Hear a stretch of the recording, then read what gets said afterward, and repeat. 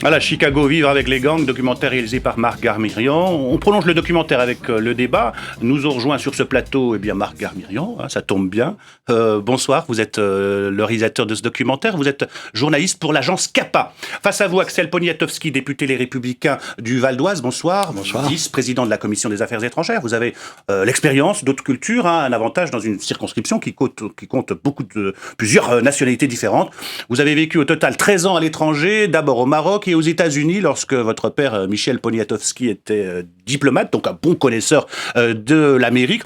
Plus tard, vous avez vécu 5 ans aux États-Unis. Exactement. À côté de vous, Rokhaya Diallo, merci d'être venu. Vous êtes journaliste, auteur et militant, très engagé dans la lutte contre le racisme. Vous viviez en France, vous vivez aux États-Unis, vous faites des allers-retours. Vous travaillez pour la chaîne américaine BET, Black Entertainment Television, dédiée à la culture noire. Elle est non seulement devenue la première chaîne à cibler un public afro-américain, mais aussi à revendiquer clairement une volonté de promouvoir la communauté noire américaine dans les médias. Je précise que vous venez de réaliser le documentaire De Paris à Ferguson, coupable d'être noir, qui parle un peu des bavures policières en France et aux États-Unis. Face à vous, Nordine Iznasni, je prononce bien, vous n'êtes pas aux États-Unis, vous êtes resté à Nanterre, en région parisienne, aujourd'hui conseiller municipal de Nanterre, ancien marcheur de la marche pour l'égalité et contre le racisme, que les médias appellent proprement marche des beurs. Vous êtes très impliqué dès les années 80 dans le comité contre la double peine, puis vous avez participé à la fondation du mouvement Immigration Banlieue, le MIB. Le sulfureux MIB, qui n'existe plus aujourd'hui. Vous qualifiez vous-même d'ancien émeutier contre les injustices et contre les discriminations. Ancien émeutier dans les années 80. Grand connaisseur des quartiers populaires, puisque vous y vivez. Passons au documentaire. Je voulais poser d'abord ma première question au réalisateur. Co-réalisateur avec Étienne Truchot. Voilà, comment on est accueilli dans les gangs? Ça a été difficile, vous n'avez pas tourné les gangs eux-mêmes, mais comment on est accueilli, comment la caméra est accueillie, comment vous avez pu travailler? Alors le projet, c'était pas vraiment de raconter ce que sont les gangs, mais plutôt quelle est la vie des habitants qui vivent dans les quartiers où sont présents les gangs, ce qui est pas tout à fait la même chose. Donc approcher les gangsters, comme on pourrait dire, c'est pas évident du tout, on en a rencontré quelques-uns. Après, les montrer, c'est déjà plus compliqué.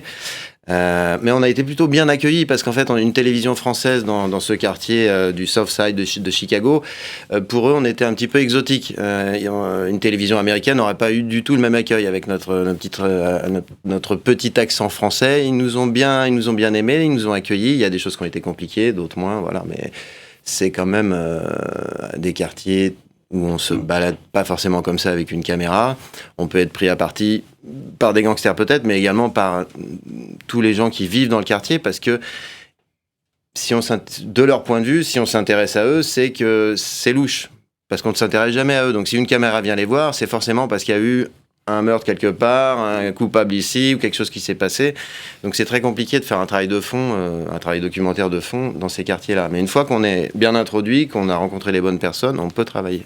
Le reportage a été tourné, je rappelle à nos téléspectateurs, en 2012, on est en 2016. Oui. Le reportage a été tourné donc pendant le second mandat d'Obama, pendant la campagne présidentielle. Quelle est la situation aujourd'hui à Chicago? C'est toujours la même violence? Malheureusement, je pense que la situation n'a pas beaucoup changé, malgré les promesses du maire, qu'il faut le rappeler, le maire de Chicago est l'ancien directeur de cabinet d'Obama.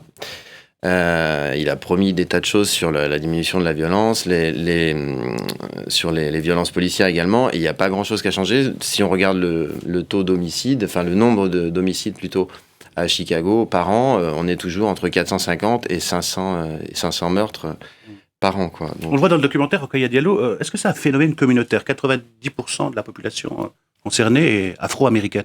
C'est un phénomène social qui aujourd'hui a des implications communautaires. Il faut quand même rappeler que les États-Unis, c'est un pays qui s'est fondé sur l'exploitation d'une minorité qui est structurellement pauvre du fait de l'histoire. Donc s'il y a une concentration aussi grande d'Afro-Américains aujourd'hui dans ces quartiers populaires de Chicago, c'est aussi lié à l'histoire. C'est un pays qui a quand même connu, après avoir connu 400 ans d'esclavage, a connu 100 ans de ségrégation.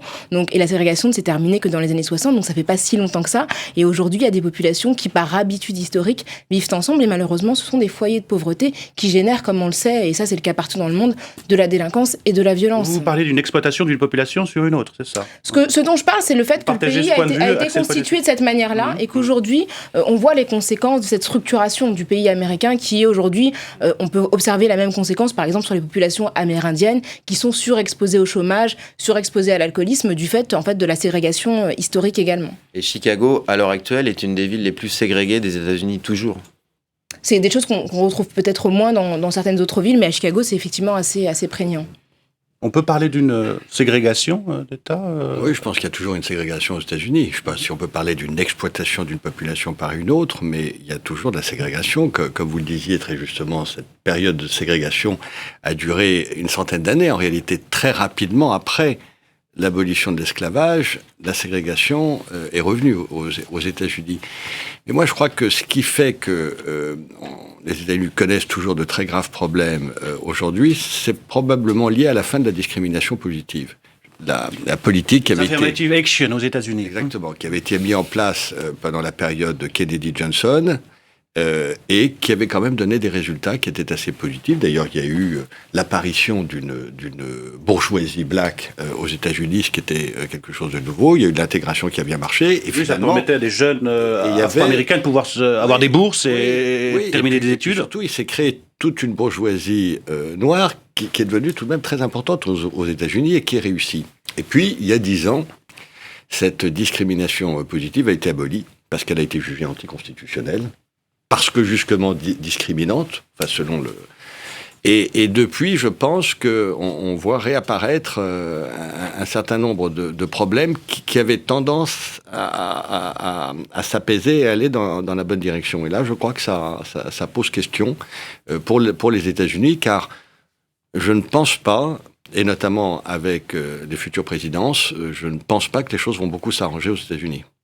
On revient au documentaire. Je vous propose de réécouter ce témoignage. C'est une femme victime de gang.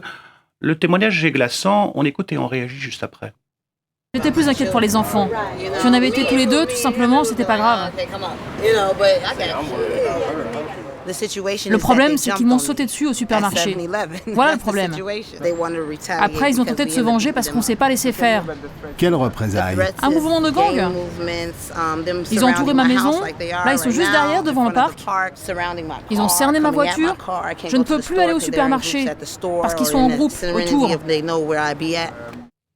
Nordine Isnasny, on a l'impression que Englewood, ce quartier, c'est une zone de non-droit. On écoute ce témoignage. C'est une zone de non-droit, mais d'autre part, il y a beaucoup de gens qui n'accèdent pas au droit dans ces zones-là, quoi. Parce que le problème de cette femme, c'est... elle est dans son quartier, et dans son quartier, elle ne peut plus circuler. On l'attend, du moins, à côté de chez elle, on la menace. Je pense que le problème aux États-Unis, c'est de remettre un peu de droit pour les gens, quoi, pour les habitants de ces quartiers-là. Et puis aussi, moi je le vois dans certains quartiers, je me dis que si on laisse... Vous faites une comparaison avec les quartiers populaires. On n'en est pas... Ouais, non. En France, on n'en est pas au cas des gangs américains, quand même. Non. Et ceux qui... Alors, qu'est-ce qui se rapproche, qu'est-ce qui se différencie?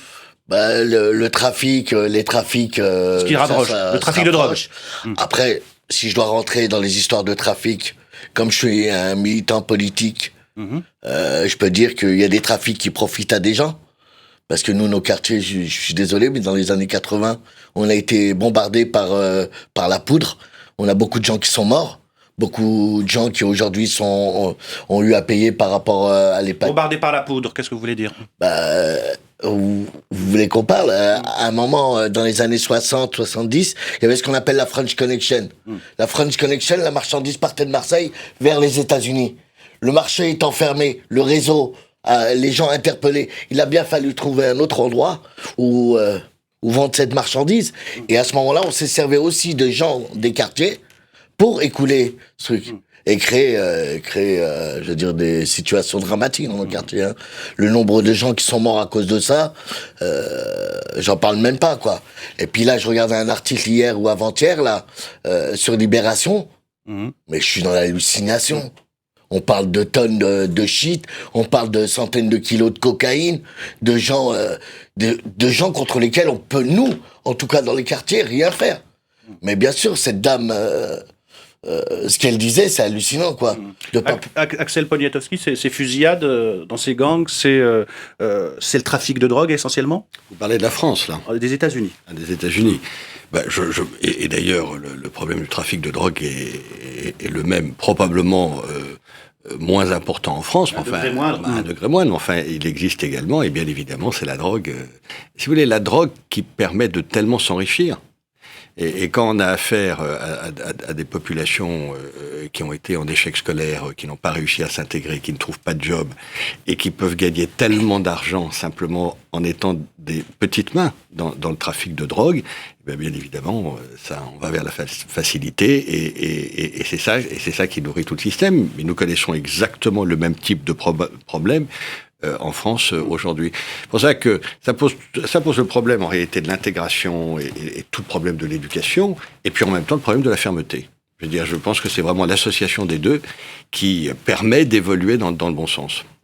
Je pense qu'il y a un parallèle qu'on puisse faire entre la France et les États-Unis, c'est aussi l'absence de mixité sociale et la ghettoisation de ces quartiers, que ce soit à Chicago ou dans certaines banlieues en France. C'est-à-dire que vous parliez d'une classe moyenne black qui s'était créée aux États-Unis, c'est vrai, mais les gens qui commencent à avoir un petit peu de moyens, un boulot, ils quittent ces quartiers, ils quittent Englewood, comme ils vont quitter des quartiers français où il y a plus et du coup il y a plus de mixité sociale. Donc après tous les problèmes sont concentrés au même endroit. Oui, mais il y a pas de boulot, mais il y a mixité sociale. Vous voyez, je pense qu'aujourd'hui, la démonstration est faite de l'échec des logements sociaux en France. Non, moi, je suis favorable.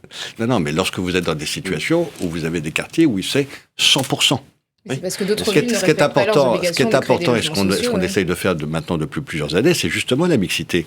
C'est-à-dire d'avoir et de construire des logements et d'avoir des programmes immobiliers où vous avez 25% de logements sociaux et vous avez 75% d'accession. Et là, il y a de la réussite. Et là, on voit que les choses marchent. Parce que les choses sont à peu près équilibrées. Mais si on reste dans certains quartiers de la banlieue parisienne où vous n'avez que du logement social, là, on n'y arrivera pas. Alors, moi, je veux juste revenir sur le terme d'intégration qui ne me semble pas nécessairement adapté au cas américain, étant donné que les premiers Noirs, je crois, est arrivé en 1628 aux États-Unis. Donc, je pense que c'est pas une question d'intégration, en tout cas ethnique ou communautaire, mais peut-être effectivement d'insertion économique. Et je rejoins ce que vous disiez sur le fait que c'est incroyable de voir qu'il y a une femme en fait qui ne peut pas compter sur la police pour sa propre protection. Donc, la question, effectivement, c'est pourquoi elle n'a pas accès à ces services de protection. Et finalement, on a l'impression que dans certains quartiers, ces quartiers. C'est manifeste, là, le fait que sa voiture soit entourée par un gang et qu'elle ne puisse même pas faire accès à la police, qu'elle ne se sente pas en sécurité, c'est pas le cas de la plupart des Américains. La plupart des Américains perçoivent les forces de police comme des forces protectrices. Donc on voit bien qu'il y a un décalage dans le traitement de ces quartiers. Et ce qu'on a vu aussi dans votre documentaire, c'est que la police est parfois présente pour attaquer aussi, enfin y compris pour attaquer les habitants par des balles perdues, comme on a pu voir et qu'il y a... le trafic de drogue, c'est une des causes des assassinats, mais il y a aussi des balles perdues et il y a aussi... Alors, ce qui est différent avec le cas français, c'est les armes. Les armes, on se les procure plus facilement aux États-Unis, ça change la donne. Bien sûr. Excusez-moi, le fait que la dame fasse appel à une structure qui s'est créée avec d'anciens machins, bon, je suis pour, mais avec des citoyens un peu moins marqués, quoi.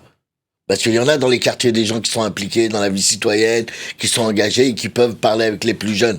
Il n'est pas automatiquement, à la fin des années de prison, d'être soi-même cassé pour aller parler avec les jeunes. Ça peut, dans des débats, des discussions, mais penser que les jeunes d'un quartier ne savent pas qui est le grand qu'ils ont en face d'eux et quel est son parcours, je pense qu'on se trompe.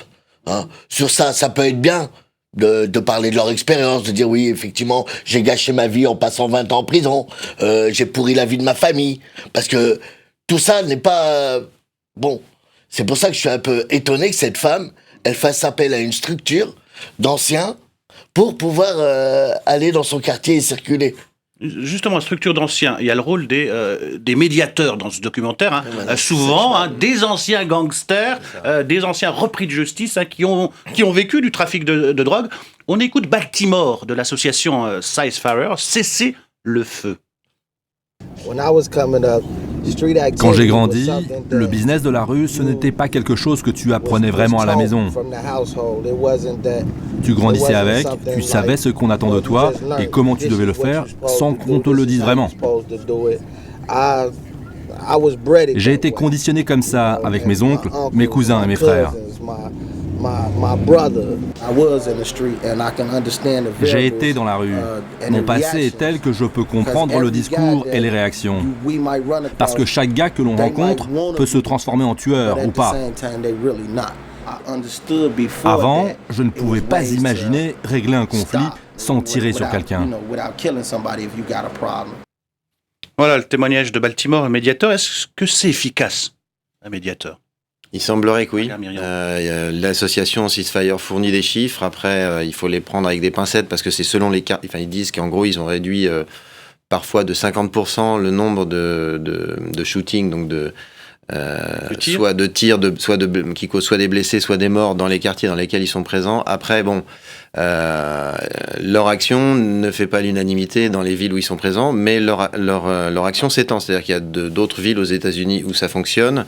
Je ne sais pas si en France ça pourrait fonctionner de la même manière. Après, le principe d'avoir recours à d'anciens gangsters pour dénouer des conflits, ça se justifie dans le sens où il n'y a que eux quasiment... gangsters ou d'actuels, il y en a qui continuent à vendre de la drogue en plus. Et qui sont médiateurs en même temps, d'un coup médiateur à côté. C'est une question qui s'est posée à Chicago, effectivement. Il y a des cas où il y a eu des enquêtes de journalistes locaux à Chicago sur certains membres de Ceasefire et dont il semblerait qu'ils continuaient un petit peu leur business tout en étant médiateurs. Mais quelque part, la ville, je pense, on était consciente, on est toujours consciente et elle n'a pas tellement de choix en fait. Il n'y a que ces gars-là qui sont capables d'aller dans les familles de gangsters où il y a eu un mort d'un côté et un tueur de l'autre pour essayer de faire en sorte qu'il n'y ait pas de représailles parce que c'est le cycle de représailles qu'ils essayent de casser en considérant que la violence est comme une maladie et qu'il faut y appliquer un médicament, voire un vaccin avant que ça démarre. C'est une façon de voir les choses, on peut la discuter. Je pense qu'il y a une certaine efficacité à Chicago, mais qui est vraiment homéopathique parce qu'ils peuvent pas être partout, ils peuvent pas. C'est difficile pour eux d'intervenir en amont. Ils essayent, mais bon, voilà. Et puis, ils ont des problèmes de crédit aussi, parce que la ville, je crois, à un moment donné, a diminué les crédits, etc., parce que ça coûte cher, faut payer les gars, etc. Bon, c'est quand même compliqué. Juste un autre chiffre qui est intéressant, je disais qu'il n'y a pas que le trafic de drogue qui crée des violences à Chicago, il y a effectivement des violences policières, et pour vous donner une idée, c'est un peu d'actualité, il y a 500 millions de dollars que la ville a déboursé depuis 2004 pour indemniser les victimes des violences policières sur la ville de Chicago. 500 millions de dollars, c'est quand même beaucoup. Et donc, un des personnages du film qui s'appelle Martinez Sutton, dont la jeune sœur a été tuée par un policier, a obtenu 4,5 millions de la ville. On va en parler, mais je voulais rester sur les médiateurs. Il y a les médiateurs aux États-Unis, il y a les grands frères en France. Il y a eu les grands frères. Ça a arrêté. Dans les cités, ça n'a pas marché en politique de la ville. Il y a eu dans les transports à un moment ce qu'on a appelé les messagers. Après, il y a eu les agents d'ambiance. Les agents de tranquillité, nous on a un antenne. C'était quoi le rôle? C'était calmer un peu C'était d'être au contact avec les jeunes, de parler avec eux. Et des fois, faut dire aussi ce qu'il a dit, il y a une part qui est la vérité, c'est que ça marche aussi des fois. Parce qu'ils connaissent les gens du quartier. Ils habitent dans ce quartier-là, donc ça peut être aussi positif. Maintenant, il y a quelque chose qui est sur lequel... c'est que les gens ils sont rémunérés. Là, les anciens qui sortent de prison et qui se mettent dans cette structure pour essayer d'apporter du vivre ensemble, eux-mêmes, pour certains d'entre eux, j'espère qu'ils ont arrêté tout ça et qu'ils essayent de convaincre les petits de ne pas aller sur cette voie-là. Rokhaya Diallo, sur l'efficacité des médiateurs. Je trouve que c'est intéressant de toutes les façons. Là, vraisemblablement, les habitants sont obligés de se prendre en charge. Après, ça pose une question aussi, c'est la question de la police de proximité qui avait été posée en France. Parce que finalement, ce qu'on se dit, c'est que si la ville de Chicago donne $1 million à une organisation autre qu'elle-même pour remplir un rôle qu'elle devrait assumer, on se pose la question de pourquoi les fonctionnaires de police ne sont pas au contact du public au quotidien, ce qui à la fois créerait des liens de confiance de part et d'autre et permettrait effectivement peut-être d'anticiper ce genre de situations qui sont assez désastreuses. Sur Chicago, il y a un historique avec la police qui est quand même compliqué. Donc c'est une des raisons pour laquelle Ça se passe pas très bien. Et sur les médiateurs, il se trouve que j'ai également travaillé sur des cas de médiation en France, notamment à Strasbourg, dans certains quartiers de Strasbourg. J'ai parlé avec des médiateurs de cité et ils sont toujours entre le marteau et l'enclume. C'est-à-dire que vis-à-vis de la police, souvent, quand il y a une descente de police dans un quartier, ils sont pris avec les jeunes et ils se retrouvent au poste pareil. C'est-à-dire que la police fait pas de différence entre les médiateurs et les jeunes d'un quartier. Et de l'autre, vis-à-vis des jeunes avec lesquels ils peuvent essayer de dénouer des conflits ou d'arranger des situations, on les prend pour des balances, quoi. Donc c'est un peu compliqué. Et en plus, c'est une profession où il n'y a pas vraiment de statut et il n'y a pas vraiment d'évolution possible. J'ai rencontré des gars qui le faisaient depuis plusieurs années. Qu'est-ce qu'ils peuvent devenir après avoir été médiateur ? Chef médiateur, et après, il n'y a rien, en fait. Donc c'est je pense pas que ce soit, médiateur, je crois que c'est important dans des situations de crise, mais je pense pas que ce soit des solutions à long terme. À mon avis, ça peut être que des solutions à court terme. Moi, je pense beaucoup plus que ce qui est efficace. C'est pour ça que l'expérience n'a pas été prolongée, d'ailleurs. Ça existe toujours. Il y a toujours des médiateurs, surtout dans des quartiers qui sont assez difficiles. Moi, qui suis député du Val d'Oise, dans certains des quartiers du Val d'Oise, vous avez des médiateurs. Mais je pense beaucoup plus à la réussite de la politique de la ville, et en particulier de la rénovation urbaine, qui est engagée maintenant depuis une dizaine d'années, qui quand même commence à porter ses fruits. Vous avez des quartiers aujourd'hui qui n'ont plus rien à voir avec ce qu'ils existaient. Le problème, c'est que c'est extraordinairement cher, mais qu'il faut poursuivre, parce que c'est la seule solution de pouvoir aboutir à de la mixité. Et en réalité, je pense que la clé de la réussite, c'est la mixité. Parce que c'est la mixité à tout niveau. C'est la mixité de ce qui se passe dans les quartiers, mais de qui se côtoie dans les gymnases, de qui se côtoie à l'école, n'est-ce pas ? Et par conséquent, que vous n'ayez pas simplement des quartiers où tous les problèmes du monde sont réunis, mais au contraire, où les choses sont partagées. Et je pense que ça prend du temps, mais que ça finit par porter ses fruits. Donc on a parlé de ces médiateurs aux États-Unis, les grands frères en France. Question toute simple, ce phénomène de gang à Chicago, est-ce qu'il est comparable avec ce qui se passe en France ? Un gang, ça se définit principalement par l'utilisation d'une violence systématique, à des fins de contrôle de territoire. Est-ce qu'on est en présence d'une telle violence dans les cités françaises, Nordine Isnasny ? Non. Non. Et heureusement pour nous. Heureusement pour nous qu'on a d'autres moyens pour parler, pour essayer d'attirer l'attention. Non, pourquoi alors ? Non, parce que... le nombre de morts. Marseille, 13 morts depuis le début de l'année, dans la plupart des cas des homicides par balle recensés dans l'agglomération marseillaise. C'est des règlements de compte, trafic de drogue. Marseille. Il y a les guerres de cité, Asnières contre Gennevilliers, à Évry, les Tarterets contre les Pyramides. On a vu, je vais être cru, c'est des faits divers. Malheureusement, on n'est pas dans la situation. Si le réalisateur il peut nous dire, il y a combien de gangs qui sont présents. La police chiffre à 100 000 les membres de gangs. Mais en fait, il faut voir, c'est très particulier à Chicago comme dans d'autres villes aux États-Unis. C'est un truc hallucinant. On n'a pas une carte de membre de gang, quoi. On n'adhère pas à un gang. En fait, on est dans un quartier et du coup, automatiquement, on fait partie des Gangster Disciples ou d'un autre gang, etc., selon le quartier. Et c'est un rite d'initiation dès que les gamins sont 12-13 ans, quoi. Et c'est presque une obligation pour les jeunes qui sont là-dedans. Bien sûr, sinon s'ils sont pas dedans, ils risquent d'être... Eh oui, mais il y avait quelque chose que je voulais dire sur la mixité. Mixité sociale et d'origine. C'est important parce que souvent j'entends parler de mixité et des fois j'aimerais bien savoir qu'est-ce qu'on entend par mixité. Si les gens c'est un problème social qui est de la mixité sociale. C'est des vrais problèmes sociaux que les gens ils ont. Pas de travail, le chômage, pas de santé, pas. Bien sûr, le truc de la rénovation urbaine. Je suis chargé de la politique de la ville à Nanterre. Moi, ce qui m'intéresse, c'est que demain aussi, les gens puissent continuer à habiter à Nanterre. Parce que quand on rénove des quartiers, les prix des loyers évoluent. Les gens dont on parle aujourd'hui dans certains quartiers, ils n'ont pas forcément les mêmes moyens. Par exemple, sur la péréquation. Pour vous prendre un exemple, Nanterre se retrouve à payer aussi cher que des villes comme Neuilly, alors que le taux le taux de ressources par habitant est plus important à Neuilly. Bien sûr. Et je pense que l'État, dans ces cas-là, elle doit prendre aussi en compte la situation sociale des habitants et de ces villes-là. Et pas de mettre tout le monde d'égal à égal. C'est un autre débat. Ouais. Je voulais revenir sur ce comparatif. Rokhaya Diallo, vous avez fait un documentaire de Paris à Ferguson, coupable d'être noir. Vous dénoncez les violences policières en France et aux États-Unis. Pour vous, il y a un racisme institutionnel. Je pense racisme que d'État, quoi. Dès lors que la police qui représente l'État exprime plus de violence à l'égard d'une partie de la population qu'à l'égard d'une autre, il y a quelque chose qui est de l'ordre de l'institutionnel. On sait qu'en France, par exemple, aujourd'hui, la plupart des gens qui meurent dans des interactions policières sont des jeunes hommes, soit noirs, soit d'origine maghrébine, et plutôt issus de quartiers populaires. Et ça, ce sont les chiffres, les données d'Amnesty International. Maintenant, pour revenir sur la question initiale, il y a une grosse différence entre la France et les États-Unis, c'est le statut du port d'armes. Aux États-Unis, c'est quand même un droit constitutionnel que de porter une arme, ce qui fait que il y a pas de, en tout cas, le débat est très très difficile sur le fait d'empêcher en fait la circulation aussi fluide des armes. En France, les gens sont beaucoup moins armés.